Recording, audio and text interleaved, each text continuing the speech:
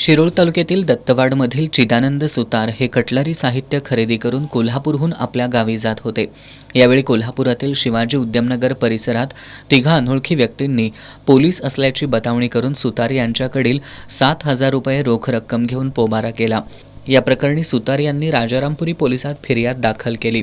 या प्रकरणी गुन्हे शोध पथकातील पोलीस कॉन्स्टेबल विशाल शिरगावकर यांना संशयित हे बागल चौकातील शिकलगार वस्तीमध्ये राहत असल्याची माहिती मिळाली. या माहितीच्या आधारे अय्याज युसुफ मुल्लानी, शुभम तानाजी गायकवाड, स्मित संतोष पवार या तिघांना पोलिसांनी अटक केली. त्यांच्याकडील रोख 4,000, गुन्ह्यात वापरलेली मोपेड आणि मोबाईल हँडसेट असा एकूण 74,000चा मुद्देमाल जप्त केला. पोलीस निरीक्षक सुशांत चव्हाण यांच्या मार्गदर्शनाखाली पोलीस उपनिरीक्षक दत्तात्रय भोजने, सचिन चंदन, सहाय्यक फौजदार समीर शेख, विशाल शिरगावकर, संदीप सावंत, अमोल पाटील, सत्यजित सावंत, नितीश बागडी, सुशांत तळप यांनी ही कारवाई केली.